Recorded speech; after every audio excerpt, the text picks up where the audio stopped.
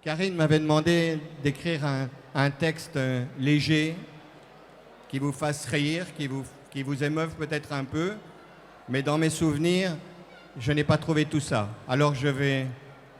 Voilà. Vous comme moi avons été confrontés à cette maladie, soit directement, soit par le biais d'une ou d'un ami ou d'un parent, proche ou éloigné. Personnellement, ce sont mes parents qui ont eu maille à partir avec elle. D'abord, maman. À 70 ans, lors d'une opération banale, on lui diagnostique un cancer de l'ovaire droit. Comme les médecins ne lui donnaient que peu de temps à vivre, rien ne fut fait. Maman, n'étant pas au courant, continua à vivre normalement, encore une bonne trentaine d'années. Pour mon père, malheureusement, les choses n'évoluèrent pas de la même façon. Artificier et gros fumeur, poussière et tabac, il était la proie idéale pour un petit cancer des poumons, cette maladie qui se nourrit de nos défauts. Dans notre fratrie, j'ai la chance d'être le dernier et de loin après les autres. J'ai donc passé beaucoup de temps seul avec mes parents. Dans nos conversations, mon père se confiait. Parfois, et ces phrases, il me les a répétées sur son lit d'hôpital. Par exemple, Nine. Nine, c'est un diminutif affectueux pour mon petit. Nine, quand je serai physiquement plus là, ne me pleure pas.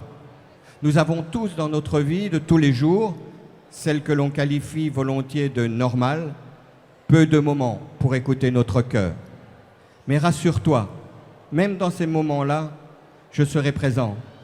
Même si après coup, tu me croiras absent de tes pensées.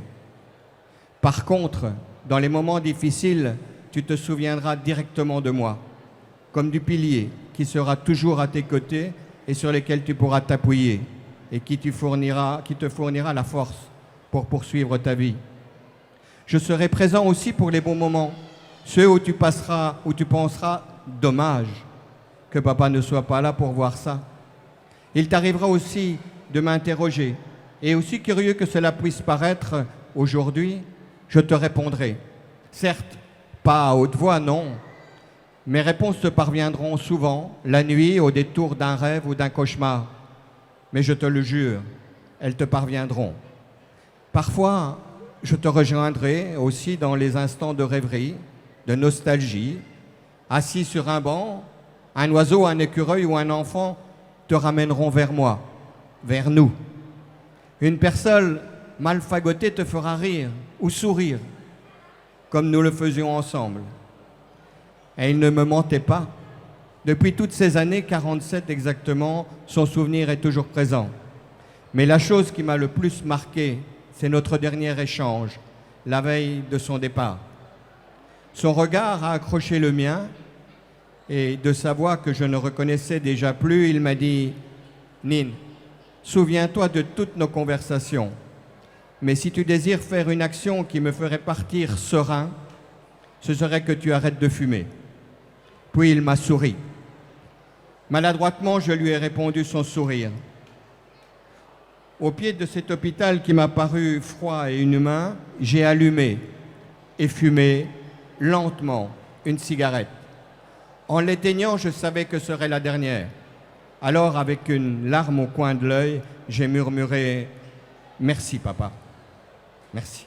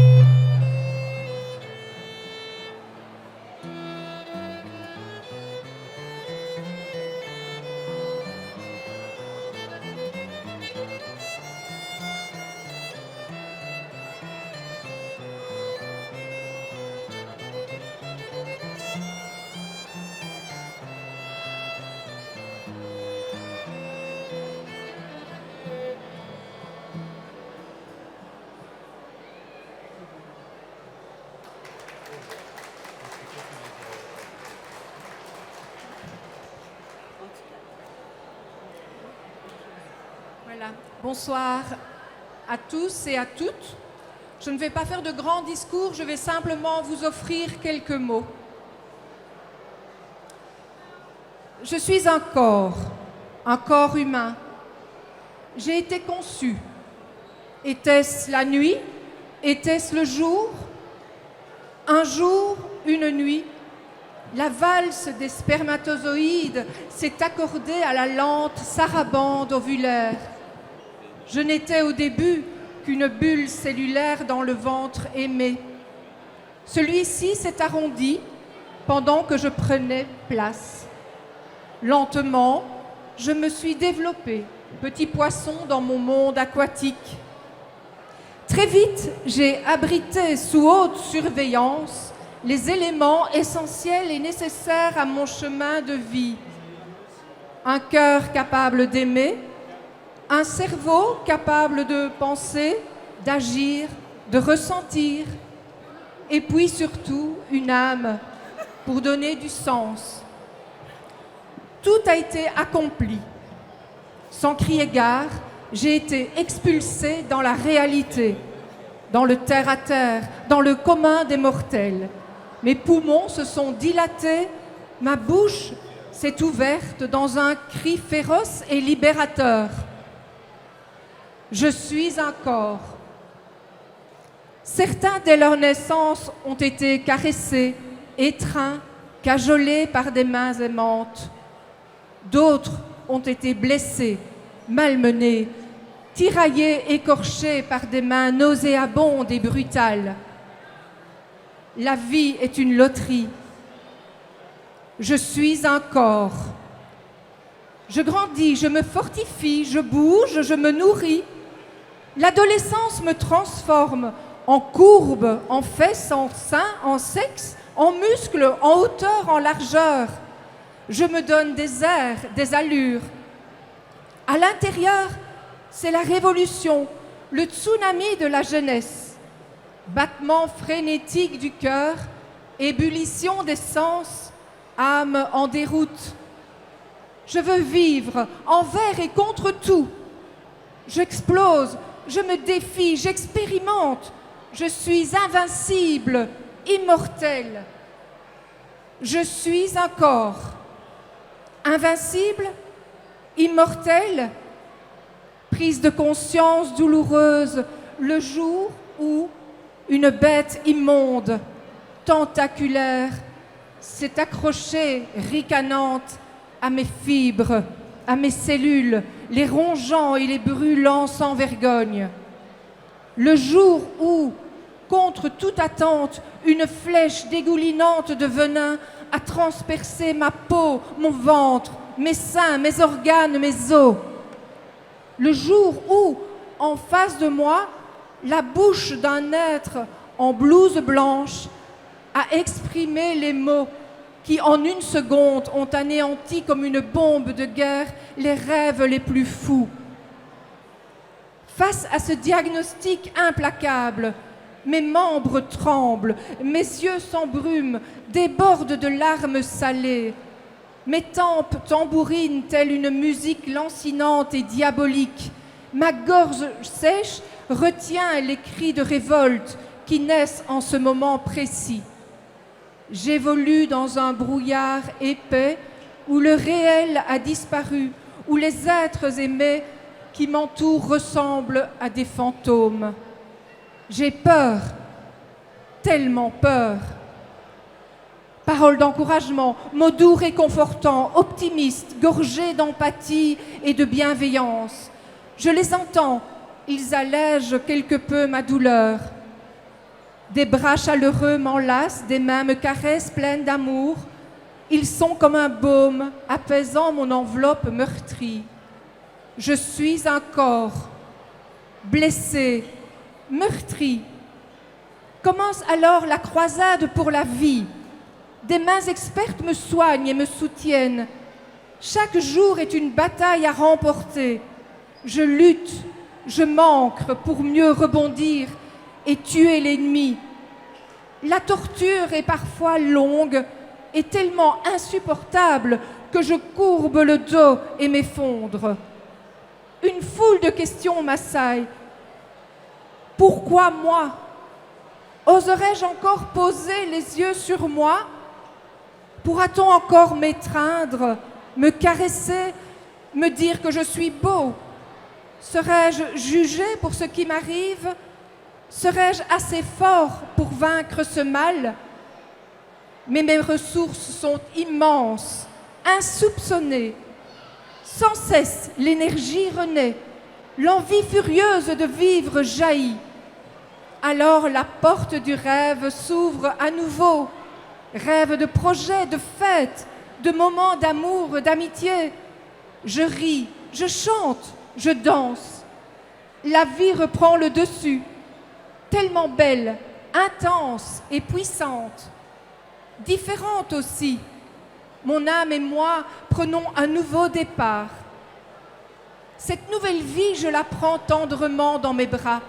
Elle coule dans mes veines comme l'eau claire du ruisseau, rafraîchissante, salvatrice. Moi, le corps, j'ai terrassé la bête. Mon cœur bat plein d'espoir. Mon esprit étincelle et mon âme se sent belle. Merci.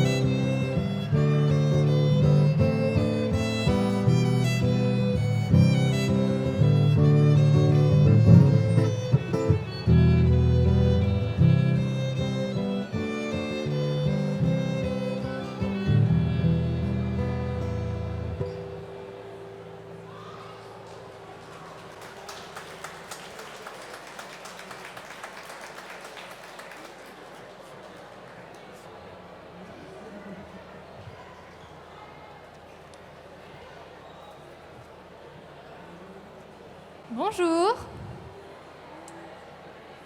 Aujourd'hui, je vais vous lire un extrait de La Tresse de Laetitia Colombani.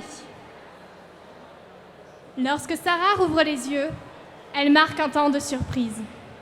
Fraîchement rasée, sa tête a l'air plus petite qu'avant. Elle ressemble à sa fille lorsqu'elle avait 1 an, avant que ses cheveux ne poussent. Un bébé, voilà de quoi elle a l'air. Elle tente d'imaginer la réaction de ses enfants. Ils seraient surpris de la voir ainsi. Elle leur montrera peut-être un jour, plus tard, ou pas.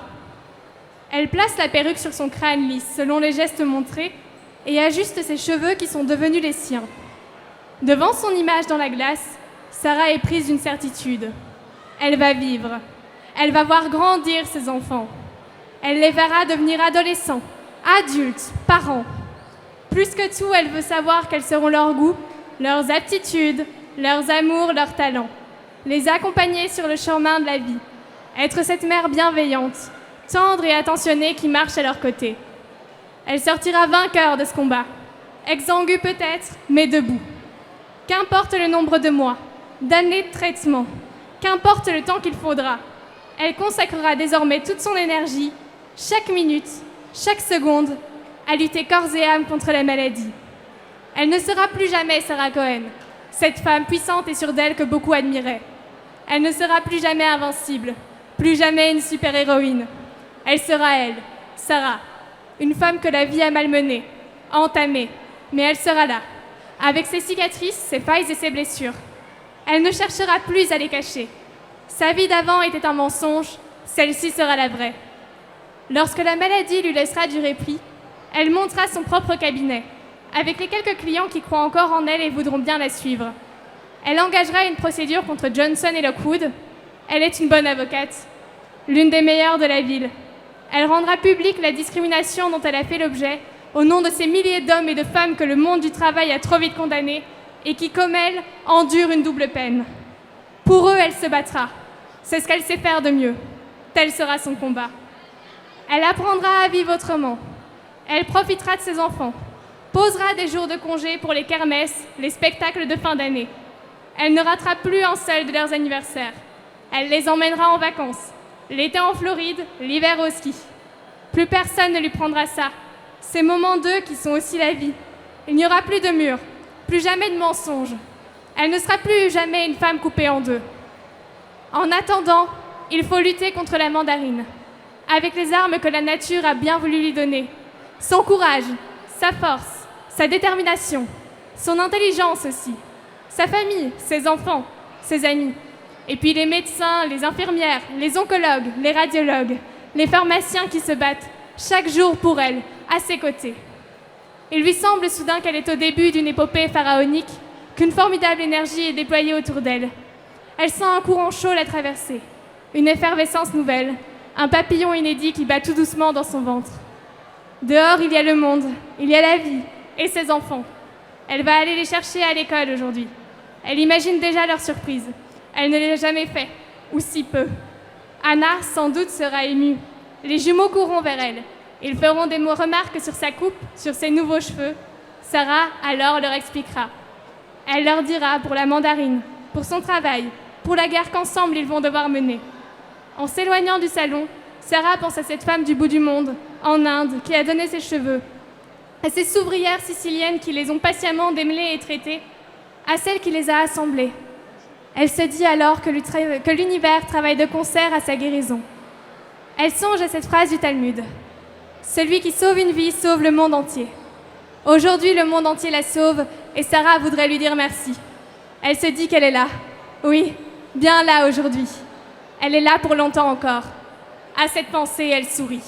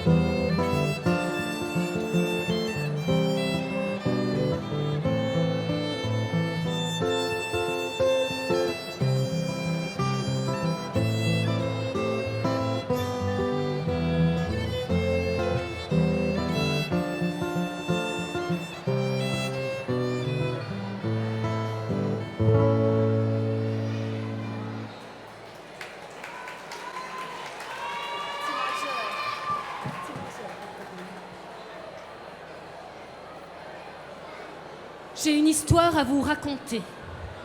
Une histoire cachée de dessous les lits, de rideaux fermés, de portes closes. Une histoire jaillie du plus profond des silences. Une histoire qui crie, qui crisse, qui froisse les vies lisses. Une histoire qui bouscule, qui chaos, qui déborde. Une histoire qui hurle à l'intérieur des nuits. Une histoire qui n'a pas de mots, pas de phrases, pas de sens. Une histoire sans dessus-dessous. Une histoire de fou, de foutu, de pourquoi moi, pourquoi toi, de fatalité qui étouffe.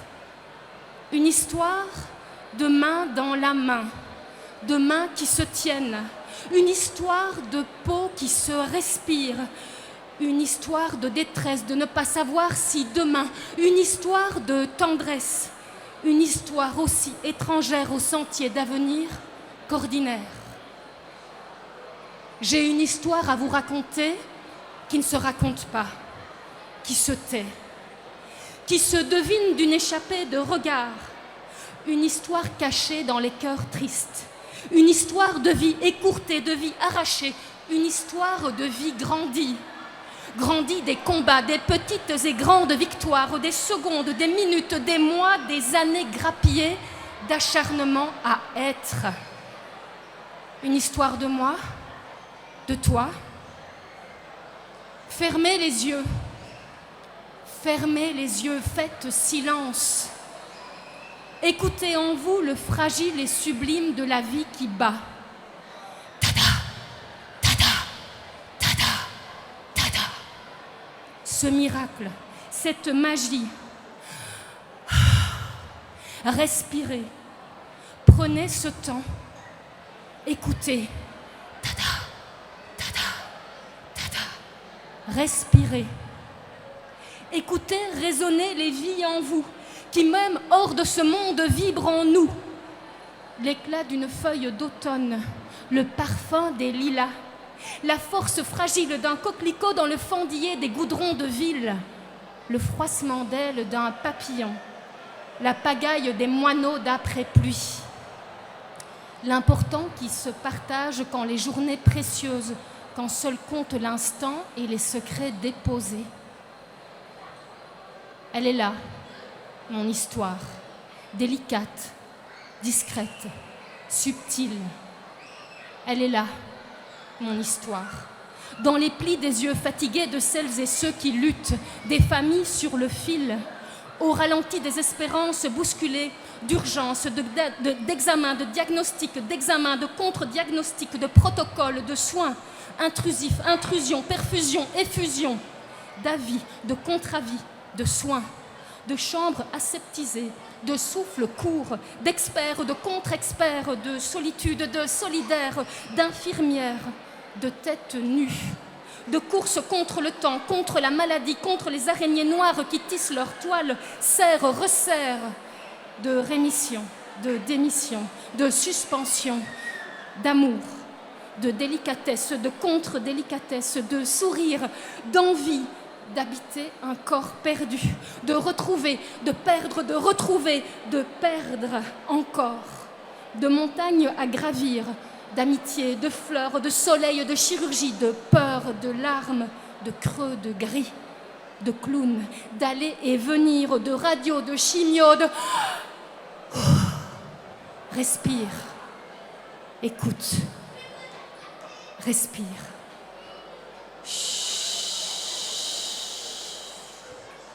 Ressentir, entendre le bruit des silences, entendre la caresse, caresser les larmes, envelopper les drames d'amour, d'amour.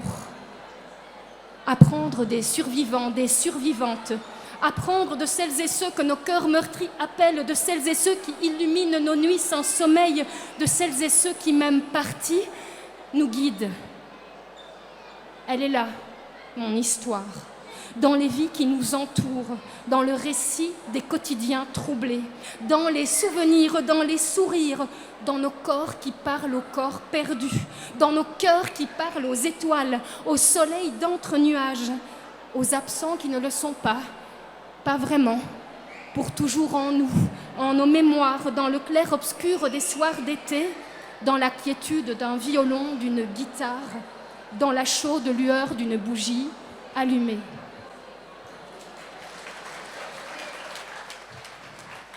Rendre hommage, la cérémonie des bougies, c'est le moment où on rend hommage, mesdames, mesdemoiselles, messieurs, aux personnes qui nous ont quittés. Et le groupe Fracas, avancez, bien entendu, c'est vous aujourd'hui qui êtes à l'honneur. Je vous propose, s'il vous plaît, un tonnerre d'applaudissements pour le groupe Fracas, s'il vous plaît. Au-delà du fait de rendre hommage ce soir, vous avez apporté une dimension supplémentaire à la cérémonie des bougies, la notion de partage. Vous avez partagé des textes qui vous tenaient à cœur. Tout le monde ne vous a pas écouté, soyons clairs. Ceux qui vous ont écouté, je pense, en ont retenu le meilleur. Et pour ça, je tenais personnellement à vous dire un grand merci. La suite des événements, mon ami Chloé et mon ami Jean-Marie vont jouer un morceau le temps que l'on fasse chacun le tour du parcours. Peut-être dans le silence, peut-être dans la réflexion, peut-être dans le partage avec son voisin, sa voisine. Je vous propose, mesdames, mesdemoiselles, messieurs, de vous diriger, Marc, te voilà. Je vous propose de vous diriger vers le parcours tous et toutes ensemble, le temps que Chloé et mon ami Jean-Marie vous partagent également, parce que je pense que la musique, en termes de partage, on est en plein dedans, vous partagent un morceau qu'ils ont choisi tout spécialement pour cette cérémonie des bougies. Voilà, je vous souhaite un bon tour dans la réflexion, dans le partage également.